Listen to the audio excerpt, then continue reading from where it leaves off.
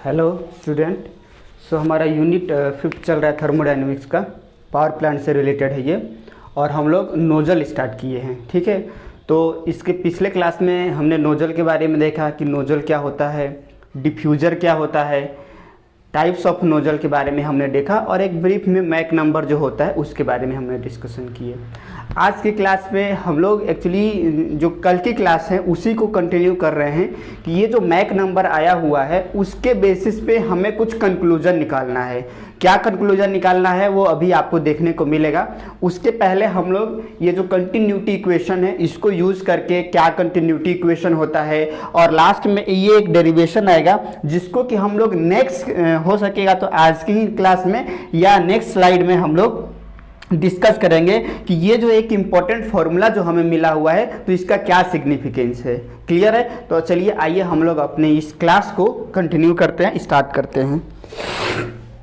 तो इस particular class का स्टार्ट हम लोग कंटिन्यूटी इक्वेशन से बोलते हैं। देखिए, कंटिन्यूटी इक्वेशन के बारे में मैं आपको ऑलरेडी आपका जब एफएम का जब हम लोग लेक्चर कर रहे थे तो उसमें हमने ऑलरेडी डिस्कस किया हुआ है कि ये कंटिन्यूटी इक्वेशन और कुछ नहीं, कंजर्वेशन ऑफ मास को बताता है। यानी कि कंजर्वेशन ऑफ मास से मतलब है कि जैसे हमारा फर्स्ट लॉ बताता है कि एनर्जी कंजर्व रहता है इसी पर्टिकुलर यूनिवर्स का, ना हो उसको हम क्रिएट कर सकते हैं और ना डिस्ट्रॉय कर सकते हैं, वैसे ही कंजर्वेशन ऑफ मास होता है कि किसी भी ऑब्जेक्ट या पूरे यूनिवर्स में जो जितना भी मास है वो कंजर्व रहता है, वो ना डिस्ट्रॉय होता है और ना अलग से कोई मास क्रिएट होता है। तो ये जो पर्टिकुलर जो इक्वेशन है वो law of conservation of mass से रिलेटेड है, जो ये बताता है कि ना मास को ना इधर क्रिएट किया जा सकता है और ना डिस्ट्रॉय किया जा सकता है।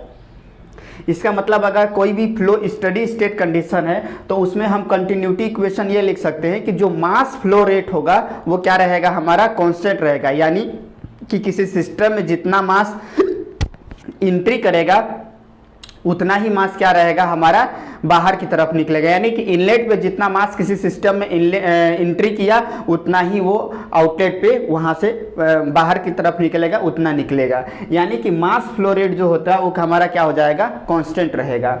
अब अगर हम बात करें कि मास फ्लो रेट क्या होता है तो मास फ्लो रेट हमारा क्या हो जाएगा कि अगर हम डेंसिटी में वॉल्यूम फ्लो रेट को मल्टीप्लाई कर दें तो हमें अल्टीमेटली मास फ्लो रेट मिलता है। क्लियर है? तो अगर हम इसको फर्दर अगर जो डिस्चार्ज है उसको हम लोग एरिया और वॉल्यूम के टर्म्स में लिखे तो हम लिख सकते हैं रो ए वी, जो कि कांस्टेंट होगा फॉर कंजर्वेशन ऑफ मास के केस में। अब हम लोग क्या करते हैं कि यहाँ से हम लोग ये तो एक इक्वेशन हो गया कि अगर कंजर्वेशन ऑफ मास है मतलब product of rho into area into velocity जो होने वाला है वो कांस्टेंट रहने वाला है। अब अगर हम इसको थोड़ा सा फर्दर सॉल्व करें और हम कुछ एक कंक्लूजन निकालने की कोशिश करेंगे, कुछ हम लोग एक नया कंक्लूजन निकालेंगे, उसके लिए देखते हैं क्या करते हैं। तो हम लोग क्या करते हैं कि दोनों साइड लॉग ले लेते हैं। तो जब लॉग ले लेंगे तो ln rho A B equal to ln of C. तो आपको पता है कि अगर रो ए बी ये मल्टीप्लाई में तो हम लोग ये लिख सकते हैं कि ln rho plus ln A plus ln of B equal to ln of C, ये लिख सकते हैं क्योंकि जब मल्टीप्लाई रहता है तो हम लोग इंडिविजुअली इसको हम लोग लिख लेते हैं। अब अगर हम लोग इसको पार्शियली डिफरेंशिएट करेंगे, ये जो पर्टिकुलर इक्वेशन है, तो इससे हमें क्या देखने को मिलेगा, पर्टिकुलर इक्वेशन 1 डालना सही नहीं है, पार्शियली हम लोग डिफरेंशिएट कर रहे हैं इस पर्टिकुलर इक्वेशन को, तो हमें ये मिलेगा क्या, del rho by rho plus del A by A plus del B by B, और क्योंकि ये कांस्टेंट है तो इसका डिफरेंशिएशन जब हम करेंगे तो हमें 0 मिलेगा। तो ये जो इक्वेशन मिला है इसको भी हम लोग क्या बोलते हैं, कंटिन्यूटी इक्वेशन के नाम से जानते हैं। मतलब differentiation of rho by rho plus differentiation of area by area plus differentiation of volume by volume equal to 0, और इसी को हम लोग क्या बोलते हैं, कंटिन्यूटी इक्वेशन बोलते हैं। अब अगर हम एक स्पेशल केस लगा दें कि अगर हमारा जो फ्लूइड फ्लो हो रहा है अगर वो इनकम्प्रेसिबल है, तो इनकम्प्रेसिबल है मतलब उसकी डेंसिटी कांस्टेंट रहने वाली है, तो उस केस में जो हमारा कंटिन्यूटी इक्वेशन हो जाएगा, क्योंकि ये वाला टर्म्स क्योंकि चेंज इन रो तो होगा नहीं तो ये वाला टर्म्स 0 हो जाएगा, तो हमें delta A by A plus delta B by B equal to 0 मिलेगा for the incompressible flow. Clear है? तो ये हमारा कंटिन्यूटी इक्वेशन हो गया और ये हो गया हमारा continuity equation for incompressible flow. Clear है? तो यहाँ तक का आप लोग ने डेरिवेशन कंटिन्यूटी इक्वेशन के देख लिए। अब हम लोग आगे जो कि ये वाला जो पर्टिकुलर एक रिलेशन है, देखिए यहाँ पे क्या हुआ कि हमने एक रिलेशन निकाला है। अगर मैं इसको फर्दर लिखना चाहूँ तो मैं क्या लिख सकता हूँ, delta A by A equal to minus D V by change in volume upon V. अब ये जो पर्टिकुलर इक्वेशन है इसका अपना खुद का एक सिग्निफिकेंस है जो अभी मैं नहीं डिस्कस करूंगा, इसको आगे आने वाले स्लाइड में हम लोग डिस्कस करेंगे। बस अभी आप इतना समझ लीजिए कि ये हमारा कंटिन्यूटी इक्वेशन है और अगर हमारा जो फ्लो होगा अगर वो इनकम्प्रेसिबल है तो उस केस में हमारा कंटिन्यूटी इक्वेशन आ जाएगा कि change in area upon area equal to minus of change in velocity upon velocity. तो अभी के लिए मैं इसको एक्चुअली इक्वेशन नंबर 1 डाल के छोड़ देता हूं, बाकी फिर इसको हम लोग डिस्कस करेंगे। तो आगे इस पर डिस्कस करने से पहले थोड़ा सा और हम लोग एक कंक्लूजन निकाल लेते हैं कि जैसे सपोज करिए कि अगर जो हमारा फ्लूइड जो है वो नोजल में फ्लो हो रहा है, तो अगर हम स्टडी फ्लो एनर्जी इक्वेशन लिखें तो वो क्या होता है, टोटल कितना हीट इंटरेक्शन हुआ, चेंज इन एंथैल्पी कितना है, plus volume velocity kinetic velocity में कितना चेंज आ रहा है, पोटेंशियल एनर्जी और कितना वर्क डन हुआ इक्वल टू 0 हम लिख सकते हैं।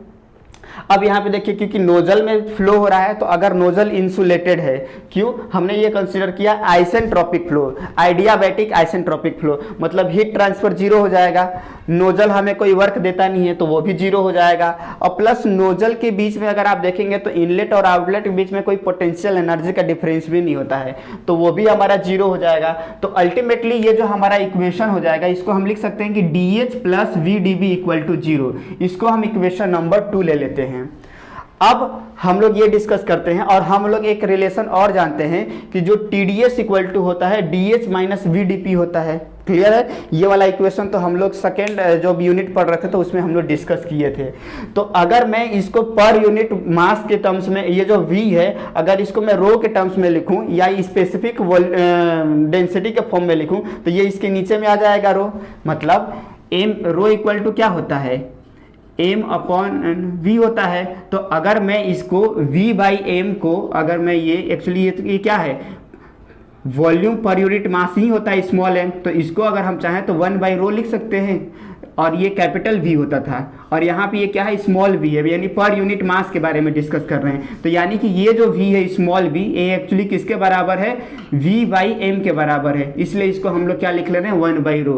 तो हमारा इक्वेशन क्या हो जाएगा, TDS equal to DS minus del change in pressure upon rho हो जाएगा। क्लियर है? अब आइसेंट्रोपिक फ्लो है तो मतलब हमारा चेंज इन इंट्रोपिक इंट्रोपी कितना होने वाला है, 0 होने वाला है। तो मतलब DH इक्वल टू हमें क्या मिल जाएगा, 0 equal to DH minus delta P upon rho या DH equal to delta P by rho. इसको हम लोग इक्वेशन नंबर 3 देते हैं। अब अगर मैं यहाँ पे देखूँ तो हमारा DH इक्वल टू क्या मिला हुआ है, माइनस VDP मिला हुआ है जो कि इक्वेशन नंबर 2 है और इक्वेशन 3 में DS इक्वल टू क्या मिला है डेल P अपॉन रो। तो हम दोनों को अगर हम कंपेयर करेंगे तो हमें लिख सकते हैं कि change in pressure upon rho equal to minus VDB। ठीक है? अब अगर हम इसको फर्दर रीअरेंज करेंगे, जो भी रीअरेंज यहाँ पे हम लोग किए, तो लास्ट में हमें एक्चुअली ये दिखाना है कि यहाँ पे देख लीजिए रीअरेंज ऐसा किए हैं कि ये डेल पी यहाँ पे है, यहाँ पे डीवी को इधर लाए और रो इधर चला गया, यहाँ तक आ गया। अब हमें शो करना है change in volume upon volume, तो हम लोग क्या करेंगे, इसको इधर ले जाएंगे और इसको डिवाइड कर देंगे वी स्क्वायर से, तो यहाँ भी वी स्क्वायर हो जाएगा और रो यहाँ पे आ जाएगा। तो मतलब इसी को रीअरेंज करेंगे तो मतलब change in volume velocity upon velocity equal to हो जाएगा हमारा finally minus delta P upon rho into V square, जिसको कि हम लोग इक्वेशन नंबर 4 तक रख देते हैं। अब हम लोग क्या करेंगे कि जैसे यहाँ पे देखिए कंटिन्यूटी इक्वेशन यहाँ से अगर हम डिस्कस करें तो हमारा क्या हो जाएगा, ये है कंटिन्यूटी इक्वेशन। इस कंटिन्यूटी इक्वेशन में एरिया को इधर ही रहने देते हैं और बाकी सारे टर्म्स को इस साइड ले जाते हैं। तो क्या हो जाएगा हमारा minus dv upon v minus del rho upon rho हो जाएगा। अब यहाँ पे जो dv अपॉन v का ये जो यहाँ से हमने लिखा हुआ है उसको यहाँ पे हम लोग पुट कर देंगे, तो जो किसके बराबर हो जाएगा, delta p upon rho V square minus del rho upon rho हो गया। ठीक, अब इसी को हम लोग थोड़ा फर्दर सॉल्व करते हैं। ये वाला जो टर्म्स है इसको हम लोग कॉमन ले लेते हैं, तो कॉमन आ जाएगा तो क्या हो जाएगा 1 माइनस और डिवाइड कर देंगे इससे। तो अब डिवाइड करेंगे तो देखिए क्या मिलेगा, D A upon A equal to, ये तो रहेगा ही del P upon rho V square, ये 1 हो गया माइनस ये वी स्क्वायर को वी स्क्वायर रहने देते हैं, रो रो कट गया तो नीचे में हमारा क्या बचेगा, change in pressure upon change in density. और अगर आपको मैक नंबर वाला याद होगा तो वहाँ पे जो सोनिक वेलोसिटी होता है, जो c होता है, उसको हम क्या लिखते थे, route change in pressure upon change in density for isentropic process, यही लिखते थे। और ये हमने कंसीडर किया है आइसेंट्रोपिक फ्लो, मतलब ये जो change in pressure upon change in density है ये किसके बराबर हो जाएगा, तो सी स्क्वायर के बराबर हो जाएगा अगर हम इसके रूट को निकालेंगे तो यानी कि V square upon C square हो जाएगा। और V square upon C square किसके बराबर होता है, वही तो मैक नंबर होता है ना, मतलब एम का स्क्वायर हो जाएगा। तो अब हम इसको रीअरेंज, देखिए अब ये जो del P upon rho V square था ये वाला में, उसको देन अगेन हम लोग चेंज इन वॉल्यूम के फॉर्म में लिख लेते हैं। तो यहाँ पे हमारा क्या हो जाएगा, minus del V upon V 1 minus V square upon C square जो कि मैक नंबर है। तो माइनस साइन को अगर हम अंदर ले जाएंगे तो फाइनली ये जो हमारा इक्वेशन जो है 5 हो वो मिल जाता है। तो मतलब मैं कंक्लूड करूं तो एक तो हमारा अगर बात करें कि वॉल्यूम के वेलोसिटी, एरिया और वेलोसिटी के टर्म्स में एक रिलेशन मिला है कंटिन्यूटी इक्वेशन का इन फॉर इनकम्प्रेसिबल फ्लो ये मिला हुआ है, और फॉर द कंप्रेसिबल फ्लो कुछ ये मिला हुआ है। आपको ये दिख रहा है, ये जो है वो प्योरली फॉर इनकम्प्रेसिबल फ्लूइड के लिए है। क्यों, क्योंकि हमने यहाँ पे जो डेंसिटी था, ये रो था, उसको कांस्टेंट मान लिए थे। तो एक एरिया का कैसे कैसे चेंज, एरिया का कैसे कैसे अगर मान लीजिए चेंज हो रहा है तो उसके साथ वेलोसिटी में कैसे चेंज हो रहा है, वो ये रिलेशन मिला जो इक्वेशन नंबर 1 है। और ये भी एक रिलेशन मिला है हमारा कि कैसे एरिया में चेंज हो रहा है अगर उसके करस्पॉन्डिंग वेलोसिटी में कैसे चेंज हो रहा है अगर मैक नंबर वाला टर्म्स दिया रहे या इनकम्प्रेसिबल फ्लो हो। बट एक्चुअली ये दोनों के लिए, compressible as well as incompressible के लिए है, क्योंकि कंप्रेसिबल होगा तो वहाँ पे मैक नंबर की वैल्यू बहुत 0 हो जाएगी, तो वैसे भी वो मतलब बहुत कम हो जाएगी। और ये प्योरली फॉर इनकम्प्रेसिबल फ्लो है। तो अब हम लोग नेक्स्ट स्लाइड में इसी 2 इक्वेशन के ऊपर में हम लोग डिस्कस करेंगे कि किस तरह का अलग अलग शेप होता है और उसका क्या क्या यूजेज होता है। तो चलिए इसका ज़्यादा वेट नहीं करते हैं, नेक्स्ट स्लाइड में हम लोग इसको डिस्कस कर लेते हैं।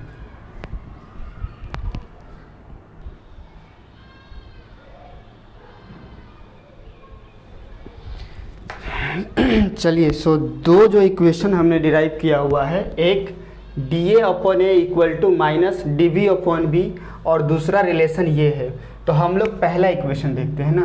तो ये देखिए पहला इक्वेशन क्या बताने की कोशिश कर रहा है कि अगर मान लेते हैं कि एक पहला, हम लोग ऑलरेडी जानते हैं नोजल के बारे में जानते हैं, नोजल क्या करता है, वेलोसिटी को इंक्रीज करता है आउटलेट पर, और डिफ्यूजर क्या करता है, प्रेशर को इंक्रीज करता है। तो जैसे सपोज करिए कि अगर हम लोग कुछ एक ऐसा कन्वर्जिंग सेक्शन लेते हैं तो कन्वर्जिंग सेक्शन में हमारा क्या हो जाता है, एरिया डिक्रीज होता है। जैसे जैसे हम लोग आगे मूव करेंगे वैसे वैसे हमारा एरिया क्या हो जाएगा, डिक्रीज होगा। तो डिक्रीज होगा मतलब कि डेल्टा ए कितना हो जाएगा, निगेटिव हो जाएगा, और ये ऑलरेडी निगेटिव है। तो मतलब कि टोटल चेंज इन वेलोसिटी कितना हो जाएगा, पॉजिटिव हो जाएगा। तो इसका मतलब कि अगर हमारा कन्वर्जिंग सेक्शन है तो उस केस में हमारा आउटलेट पर वेलोसिटी पॉजिटिव मिल रहा है, मतलब हमारा वेलोसिटी बढ़ रहा है। और दूसरा अगर हम लोग डाइवर्जिंग ले लें तो डाइवर्जिंग लेंगे तो उसमें हमारा देखिए इस केस में एरिया हमारा क्या हो जाएगा, हम लोग जैसे जैसे आगे मूव हो रहे हैं तो पॉजिटिव। तो अगर ये पॉजिटिव हो गया तो अगर ये निगेटिव इधर जाएगा तो यहाँ पे हमारा वेलोसिटी क्या मिलेगा, निगेटिव मिलेगा। मतलब कि यहाँ पे अगर वेलोसिटी 5 मीटर है तो यहाँ पे वेलोसिटी वो कम होकर 2 हो जाएगा, क्योंकि निगेटिव साइन बता रहा है। तो फाइनल माइनस इनिशियल तो निगेटिव साइन आ रहा है। और इस केस में क्या हो रहा है कि जब हमारा कन्वर्जिंग सेक्शन रह रहा है तो उसमें जैसे जैसे हम लोग आगे मूव करेंगे तो हमारा एरिया जो है वो क्या हो रहा है, निगेटिव हो रहा है। तो जब एरिया निगेटिव हो रहा है तो निगेटिव निगेटिव साइन कट जाएगा, तो हमारा चेंज इन वॉल्यूम वेलोसिटी कितना हो रहा है, पॉजिटिव। तो इससे में हम लोग क्या कंक्लूड कर सकते हैं कि अगर कोई भी फ्लूइड जो है अगर वो इनकम्प्रेसिबल है, याद रखिएगा कोई भी फ्लूइड जो है अगर वो इनकम्प्रेसिबल है तो अगर हम कन्वर्जिंग नोजल का यूज करेंगे, कन्वर्जिंग का यूज करेंगे तो ये कन्वर्जिंग जो है वो एक्चुअली नोजल का काम करेगा। नोजल का काम क्या होता है कि आउटलेट पे वेलोसिटी को इंक्रीज कर दे। तो अगर हम इनकम्प्रेसिबल, अगर आप चाहे तो मैं यहाँ पे नहीं लिख पाया हूँ, आप लोग प्लीज नोट डाउन कर लीजिए कि for incompressible flow converging passage is act as nozzle where as diverging passage is act as diffuser. क्यों डिफ्यूजर? क्योंकि यहाँ पे आप देखिएगा तो डिफ्यूजर में अगर हम यहाँ से यहाँ मूव कर रहे हैं तो हमारा वेलोसिटी में कमी देखने को मिल रहा है, मतलब वेलोसिटी डिक्रीज हो रहा है, तो वेलोसिटी डिक्रीज हो गया इसका मतलब हमारा प्रेशर इंक्रीज होगा डाइवर्जन के केस में, और कन्वर्जन के केस में क्या हो जाएगा कि हमारा प्रेशर कम होगा और वेलोसिटी इंक्रीज होगा। किसके लिए? इस इक्वेशन के लिए, जब हम लोग इनकम्प्रेसिबल फ्लूइड के बारे में बात करेंगे। तो अब अगर ये वाला आपको समझ में आ गया होगा तो अब हम लोग आगे इस इक्वेशन के ऊपर डिस्कशन करते हैं कि हमारा इक्वेशन क्या आया था कि change in area upon area equal to change in volume upon volume होता है multiply by M square minus 1। अब इसमें देखिए दो केस हम लोग लेते हैं। एक बार हम लोग लेंगे कि जब हमारा जो फ्लो है, जो मैक नंबर है वो सबसोनिक है, और जब एक बार वो सुपरसोनिक है, तब हमारा अलग अलग कन्वर्जिंग पोर्शन और डाइवर्जिंग पोर्शन कब नोजल का काम करता है और कब डिफ्यूजर का काम करता है। तो देखिए जब हम लोग सबसोनिक फ्लो होगा तो सबसोनिक फ्लो होगा मतलब ये वाला केवल प्रोडक्ट कितना होगा एम स्क्वायर माइनस 1, क्योंकि अगर एम स्क्वायर अगर 1 से कम है, मतलब मान लीजिए 0.9 है, उसका आप अगर और स्क्वायर करेंगे तो वो कितना हो जाएगा 0.81 हो जाएगा, और 0.81 से मान लीजिए 1 को माइनस करेंगे तो हमेशा क्या होने वाला है एम स्क्वायर माइनस 1 जो होता है सबसोनिक के लिए वो निगेटिव ही होने वाला है। इतना तो समझ में आ रहा है। अब सपोज कर लीजिए कि कोई भी फ्लूइड जो है वो सबसोनिक रीजन में है और अगर वो कन्वर्जिंग जो पोर्शन है उससे पास हो रहा है, कन्वर्जिंग से पास हो रहा है मतलब क्या कि जैसे जैसे हम लोग आगे मूव करेंगे तो हमारा एरिया में रिडक्शन देखने को मिल रहा है, मतलब चेंज इन एरिया हमारा क्या मिलने वाला है यहाँ पे निगेटिव मिलने वाला है, और साथ में एम स्क्वायर माइनस 1 का भी जो है वैल्यू वो क्या होने वाला निगेटिव होने वाला है। क्यों? क्योंकि ये सबसोनिक कंडीशन है। ये होल अगर वहाँ पे देखिए 1 से कोई भी कम 0.9 ले लीजिए, 0.9 का स्क्वायर कितना हो जाएगा 0.81, उससे माइनस 1 करेंगे तो निगेटिव ही रहेगा। 0.8 लेंगे तो 0.64 से माइनस 1 करेंगे तो निगेटिव ही होगा। मतलब देखिए ये वाला वैल्यू जो है वो ऑलरेडी हमारा निगेटिव है, ये वाला जो वैल्यू है वो ऑलरेडी निगेटिव है, और अगर हम कन्वर्जिंग सेक्शन लेंगे तो ये चेंज इन एरिया भी हमारा क्या हो जाएगा निगेटिव हो जाएगा। तो इसका मतलब क्या हो रहा है कि अगर हम चेंज इन वेलोसिटी का बात करेंगे तो वो क्या मिलेगा ये निगेटिव और ये निगेटिव, तो निगेटिव निगेटिव कट के हमको जो चेंज इन जो वेलोसिटी मिलेगा वो हमें क्या मिलेगा पॉजिटिव मिलेगा। तो इससे हम क्या कंक्लूड कर सकते हैं कि अगर कोई भी फ्लूइड सबसोनिक कंडीशन में कन्वर्जिंग नोजल से पास होगा तो ये जो कन्वर्जिंग पैसेज होगा, कन्वर्जिंग पैसेज से पास होगा तो ये जो कन्वर्जिंग पैसेज होगा वो नोजल का काम करेगा। क्यों नोजल का काम करेगा? क्योंकि ये वेलोसिटी आउटलेट पे इसको पॉजिटिव मिल रहा है। तो अगर आप चाहे तो लिख लीजिए कि when subsonic fluid passes through converging passage, this converging passage is act as nozzle. क्यों नोजल? मैं आपको एक्सप्लेन कर दिया। यहाँ पे सबसोनिक कंडीशन है तो ये वाला प्रोडक्ट हमारा निगेटिव होने वाला है, और कन्वर्जिंग है मतलब ये भी निगेटिव, तो निगेटिव निगेटिव कट जाएगा तो चेंज इन जो वेलोसिटी होगा वो हमारा क्या हो जाएगा पॉजिटिव, और चेंज इन वेलोसिटी पॉजिटिव किस केस में होता है नोजल के केस में होता है। अब इसका जस्ट अपोजिट देख लीजिए कि अगर मेरा जो अब सबसोनिक ही फ्लो हो रहा है लेकिन अगर वो डाइवर्जिंग सेक्शन में पास होगा तो देखिए जैसे जैसे हम लोग आगे मूव करेंगे तो हमारा जो एरिया होगा वो क्या हो रहेगा पॉजिटिव हो जाएगा, लेकिन एम स्क्वायर माइनस 1 तो ऑलरेडी वो निगेटिव रहेगा ही रहेगा। तो अगर आप ये निगेटिव है और ये पॉजिटिव है मतलब चेंज इन वेलोसिटी यहाँ पे क्या मिलेगा हमको निगेटिव मिलेगा। चेंज इन वेलोसिटी निगेटिव मतलब वेलोसिटी डिक्रीज होगा और प्रेशर इंक्रीज होगा। तो इस केस में प्रेशर इंक्रीज हो रहा है मतलब ये पर्टिकुलर जो पैसेज है वो कैसा काम कर रहा है प्रेशर इंक्रीज कर रहा है मतलब डिफ्यूजर का काम कर रहा है। तो हम लोग का क्या कंक्लूजन में लिख सकते हैं कि when subsonic fluid is passes through diverging passage then that diverging passage is act as diffuser। Clear है। तो ये सेम केस इसके जैसा हो रहा है कि कन्वर्जिंग जो है वो नोजल का काम कर रहा है, यहाँ भी सबसोनिक में भी नोजल का काम कर रहा था। कन्वर्जिंग पोर्शन यहाँ भी और यहाँ भी नोजल का काम कर रहा है, डाइवर्जिंग पोर्शन यहाँ है और यहाँ भी वो क्या कर रहा है, डिफ्यूजर का काम कर रहा है। लेकिन ये जो रिपोर्ट है एकदम चेंज होने वाला है जब हमारा जो फ्लो कंडीशन सुपरसोनिक होगा। अब उसको भी देख लेते हैं। तो देखिए, अगर हमारा फ्लूइड सुपरसोनिक होगा मतलब m की वैल्यू 1 से ज़्यादा होगा तो ये वाला प्रोडक्ट तो हमेशा ही हमें पॉजिटिव देखने को मिलेगा।